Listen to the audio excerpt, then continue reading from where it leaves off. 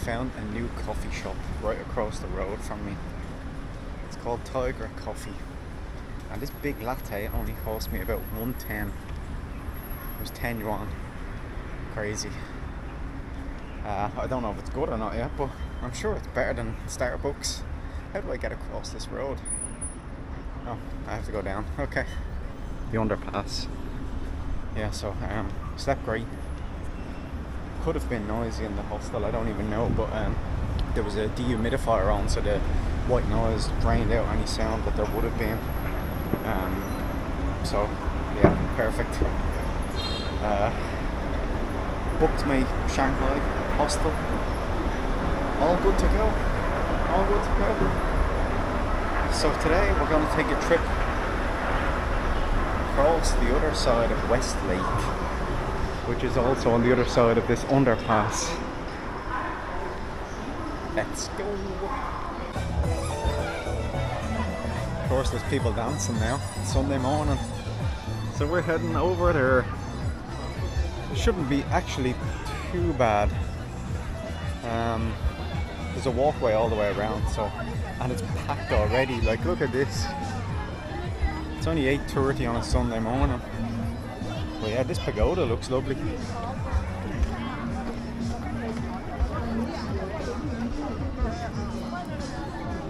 Go over and take a picture of it on my phone, I will, but we continue walking around, and I'd say the crowd probably only walks around for part of it.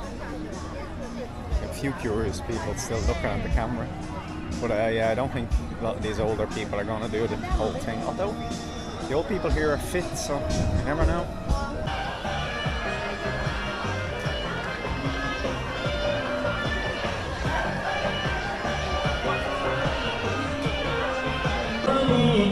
No, I never said these singers were all good.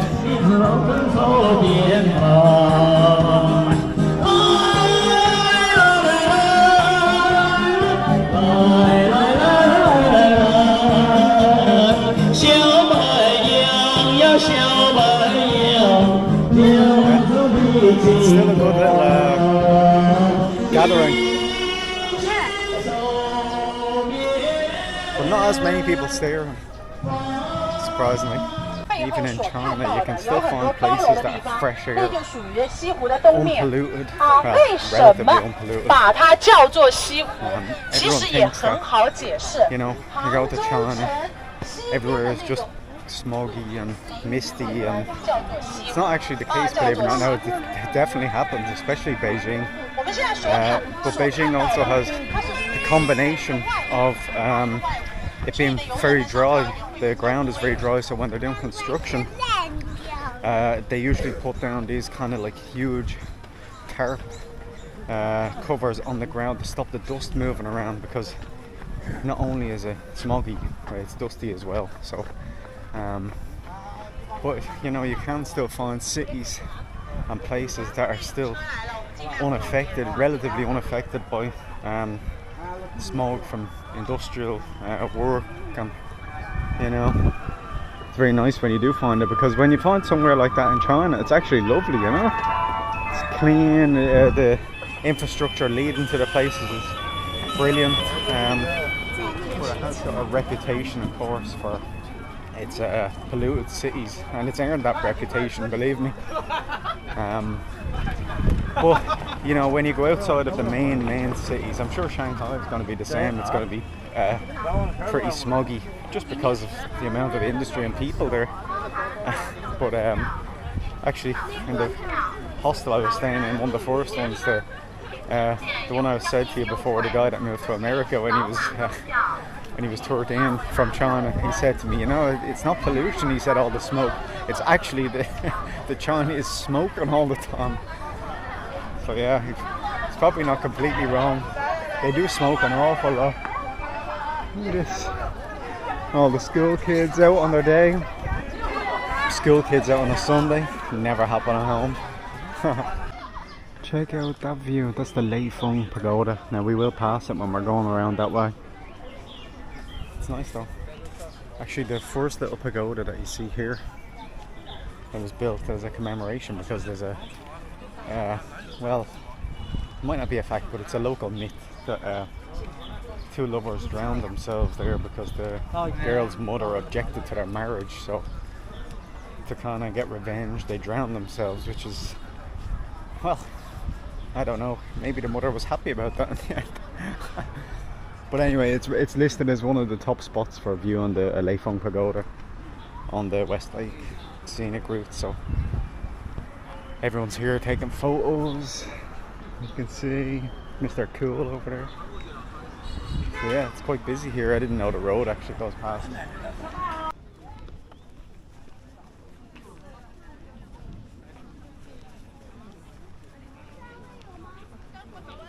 See this bit of road that we're on? Hold on. There's these little buses go by. But this stretches all the way up. And I'll take a left when I get to the next bridge. I'll go over that way. That way is where I really want to get to. That's the objective. But yeah, it's lovely and green here, nice and peaceful. Every now and then there's a ice cream shop or something on the way. I don't want one yet, and then I'll probably get one on the way back. But yeah, they've got lots of kind of, you know, little snack shops and stuff like that. So you can't go hungry even if you set off with no plan. But it's really nice, it's real quiet here. At least it's quiet on this street. The street all the way back here where you turn off onto this this kind of straight run, that was busy. Loads of restaurants and cafes, well, Starbucks, not really a cafe, but yeah, all that kind of stuff going on. But it's nice all the way up here. I think after this bridge up the top I turn left. I'm not 100% sure. I started over here, so quite a distance, but it's still early enough. It's still just after 11, so yeah, taking me time going around. Is that a bus coming up behind me? Yes.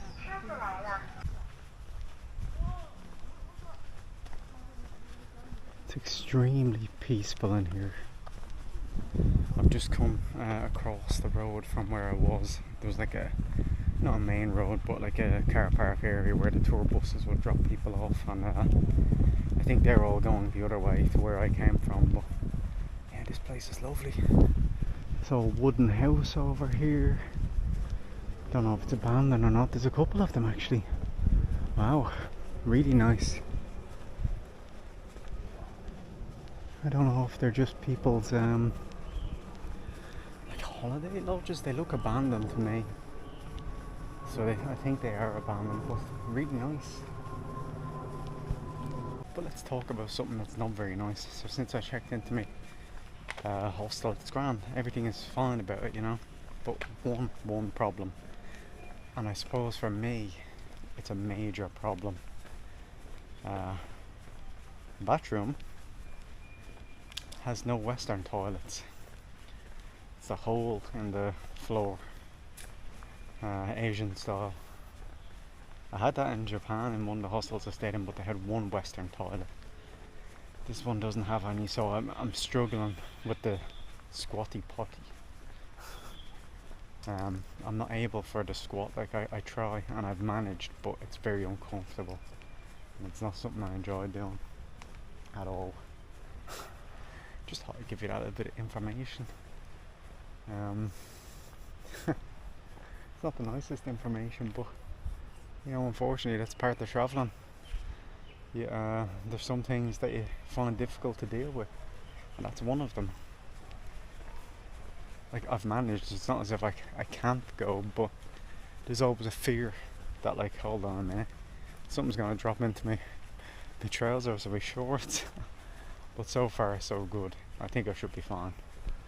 Or else there's a, if I really am like getting tired of it, there's a shopping mall right beside me, so I'm sure they've got a Western toilet somewhere in it. I could just sneak in and do my business and then skedaddle, pretend I was never there. Look at this. Wow.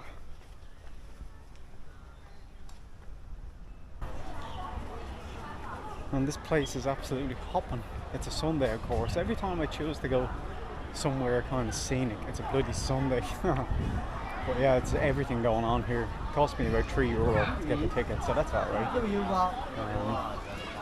Yeah, so I go this way, and that's the inspection. A couple of monks in front of me now. Even Chinese monks have their phone in their hand all the time. So I go this way, yes, okay. So over here is the Feilai Peak, the peak from afar, which is where we're gonna go, and it's called that because back about 1600 years ago a monk came here from India, and it's a limestone, completely limestone peak, and he'd never seen anything like that in China, only in India. So he thought that this peak flew from India to China. So that's why it's the translation is peak from afar, which is quite interesting. Let's go check out this little cave, see what's going on. People are going into it. I don't know if you can go that way or not. I think you can go both ways, but this, no, it's just another entrance. Check it out. Wall caravans.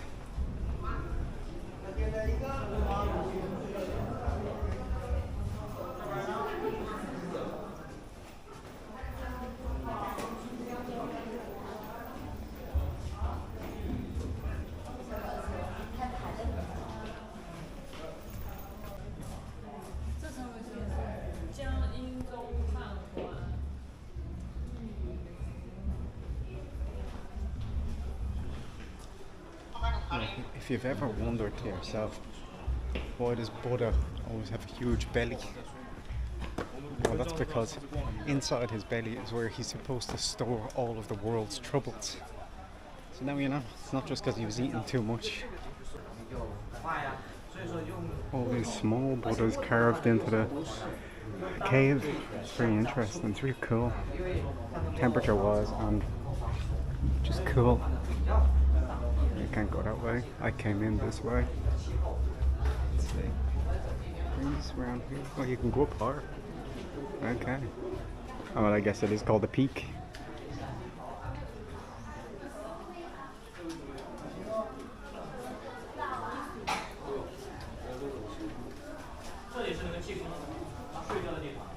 Even more of them over here.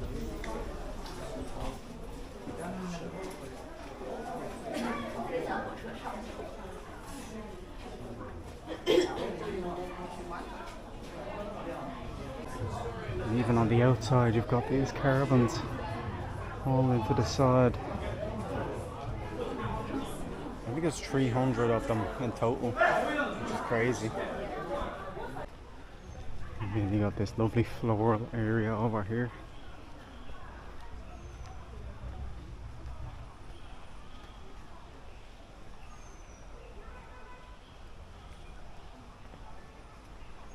I don't know where this leads, this stairs, but I'm gonna go up it now in a minute.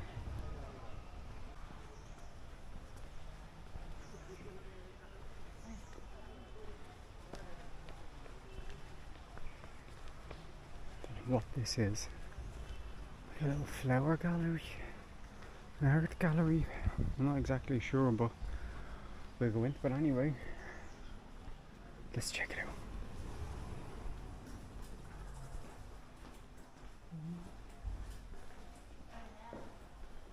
So it's a gallery, okay. Nice. Of course, this lady on the left, you can see her coming along. Just threw a load of trash on the ground, so it doesn't surprise me. The older people are kind of like that for some reason. It's disgusting, but you know.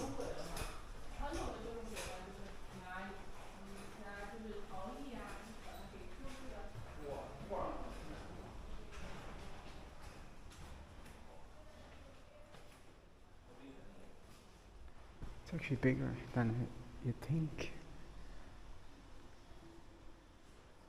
Unfortunately, there's no English translation, so I just have to look at the pictures. But you can see all the statues, pictures of the statues. There are more statues that I haven't seen yet, but we'll get there. This area is all classed as a scenic area as well.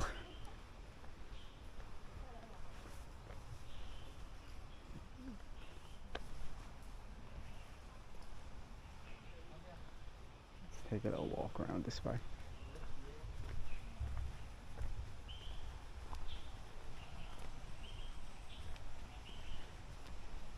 No matter what scenic area you go to, you're always being watched in China. Even if you're out in the depths of the countryside, there's a camera somewhere, I'm sure. But you know, that's another kind of extreme parallel. Like, they've got these places, like the government and the councils and stuff, they set up these places and preserve them, and they do a great job of it, really great job. But then you get people like that old woman just throwing like her rubbish from her bun or whatever she was eating, just like throwing it onto the ground. It's, you know, it is really annoying. You're saying like, what the hell, why, what's the point? There's bins everywhere, you know. I don't get it, I really don't. Oh look, here's the trash thrower in front of me with a selfie stick. So I'm going to climb up the top here. I don't think it's terribly high, but even if it is, we're going to do it. I'm not going into that cave. But you see there's all writing still inscribed onto the walls. Yeah, I'm going to have to find the little route that brings me up there. I thought it was that way, but no, that goes the opposite way. That goes way down into the dark depths of China. So is it those mushrooms? Oh my god. This entrance, you've got 3 more big Buddhas up there, carved in. All sorts of places. It's mad. All entrances into the cave different ways. I don't know if we came this way though, because there's parts that look similar. All this altar of Buddhas carved in. Imagine how long this took. Most of them are in good condition, but some of them are faded away over time. I hope this place doesn't bloody collapse now.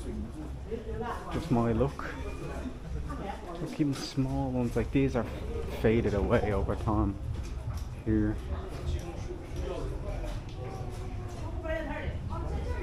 Same with these. Of course, they're more exposed to the elements. They're right at the entranceway. Even these over here, like, the details are gone on them, but you can tell what they are. I found the stairway up, nearly smacked my head off this and this. I was looking down at my feet to make sure I wasn't going to fall. Should have been looking up.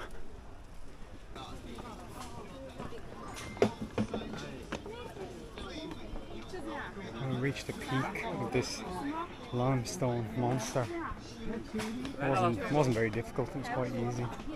And it goes to show you how easy it was because there's so many people up here. This is the peak. They have a vending machine, which I'm not going to use, but they have one. Nice pagoda here as well.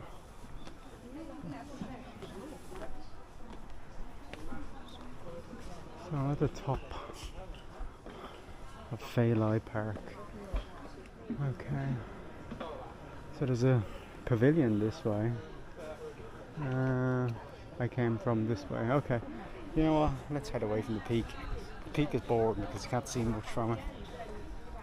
Although it was interesting coming up because I was just following a group of Chinese lads, and they took a turn off that looked like it brings you up quicker, but when we got up like, I don't know, 50 meters, it just stops.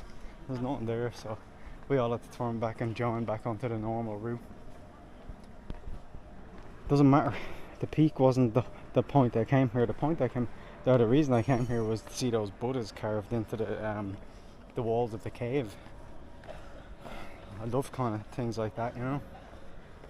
Just shows you like the detail that people put in all those years ago. And I like to know about these stories, like just say like the Indian monk who taught that this limestone peak flew from India to China, because obviously back then people were more kind of open to believing stuff like that, you know what I mean? Whereas nowadays we'd be like, what the bloody hell is he talking about? How did I fly over here? I think this is the right way. I don't know. We'll find out. Although you come down here now from the peak, and you've got this lovely pavilion overlooking a river, and mosquitoes attacking me. Lovely. Just when I thought I'd escaped from them, yeah.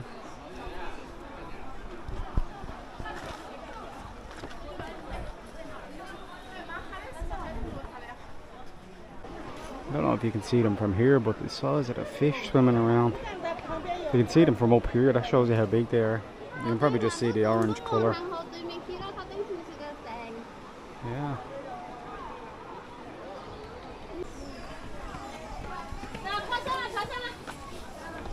Straight ahead up this lovely walkway,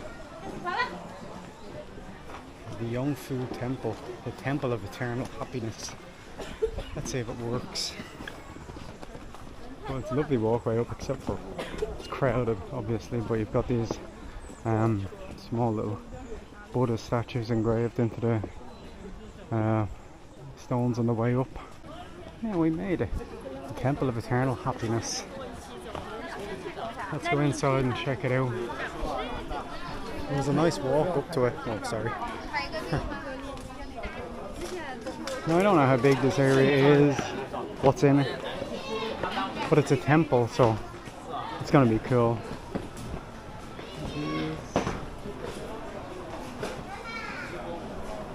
They're already impressive.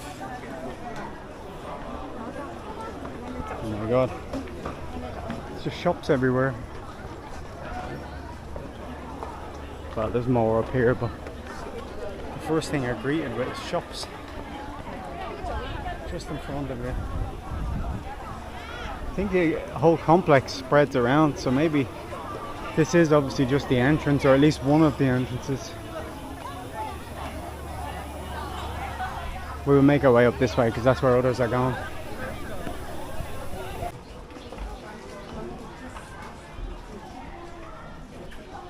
So the Lingyin Temple was actually built in 937, over 1,000 years ago, during the Jin dynasty.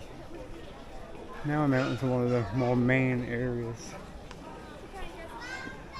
As a matter of fact, they have a restaurant area here where the monks prepare food, and it's a vegetarian breakfast. It's not breakfast time now though, unfortunately. That's finished. But yeah, there's an option for it, like if you were ever here early in the morning and you want to have a Buddhist kind of experience, then yeah.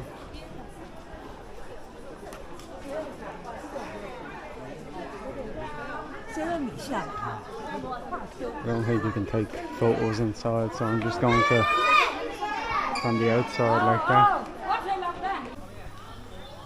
This place is nice as well, isn't it? Flowers, the mist.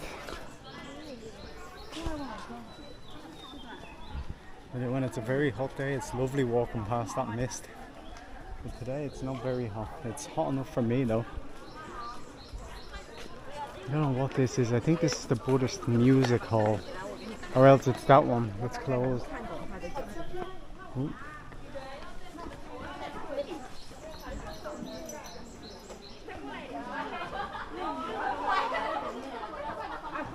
Okay, I don't think it's that one. It's nice though. So I don't want to be going in and taking videos. You're not really supposed to. It's kind of disrespectful, you know. So I don't want to be that kind of person. That must be the music hall though, but it's closed, unfortunately. Anyway, we continue on. There's more here. It's lovely though with the flowers.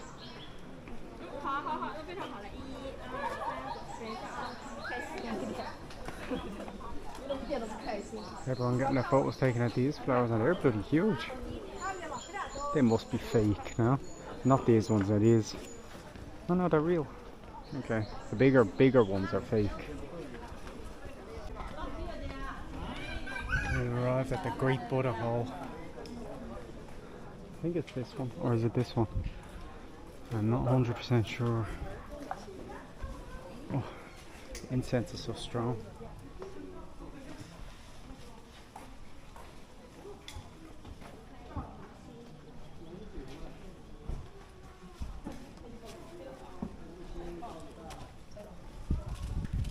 I think it might be this one. This is bigger.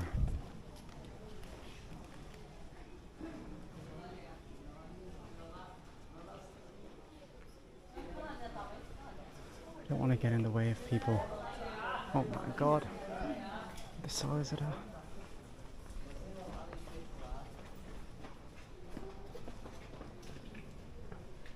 Yeah, so I just filmed a little bit from the outside. I wasn't going to film while I was going in. Not that kind of tourist, you know.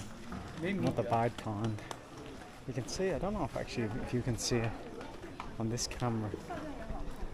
All the way out here you can see the lake that I walked past and the city in the background. So let me look at the camera, hold on. So yeah, so just here is the lake and then the city on the other side. So we've walked a pretty long distance today. I wonder if you can see more on the other side, but it is the lake lookout point. I don't want to disturb people's prayers. Maybe you can't see anything on this side, can you? No. Yeah, so we've come a long way today. I think we've made it to the last point now. This is the Gushang meditation courtyard.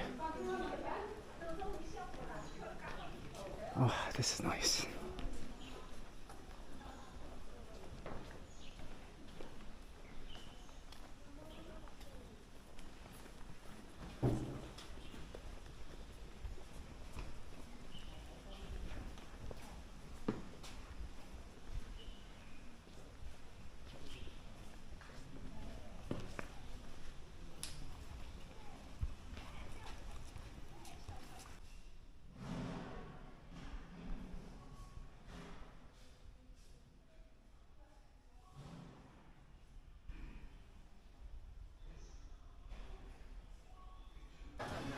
Don't worry, photos were allowed in that one. When I walked in and looked around on my own, there was a little sign in the corner that said photo okay, so don't worry about it.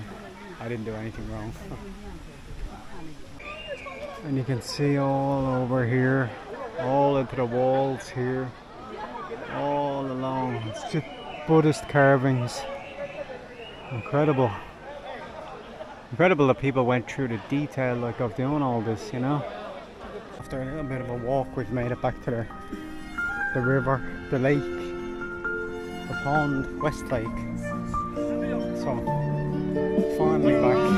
Got about 20 minutes walk and left, but we saw a fair bit today, didn't we?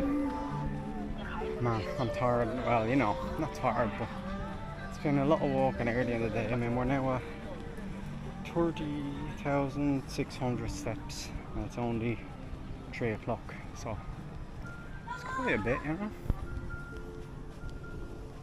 But I'm walking, I skipped this part because if you went onto this island there's no way over at the other side, so I just skipped it, to be honest. I heard music coming from it though, but you know, I don't want to have to go to the end of it and then come back, so you know, that's the reason. So yeah, saw a fair bit today. Saw the temple, saw the carved Buddhas, saw the lake area, saw a bit of the park, so yeah, pretty successful.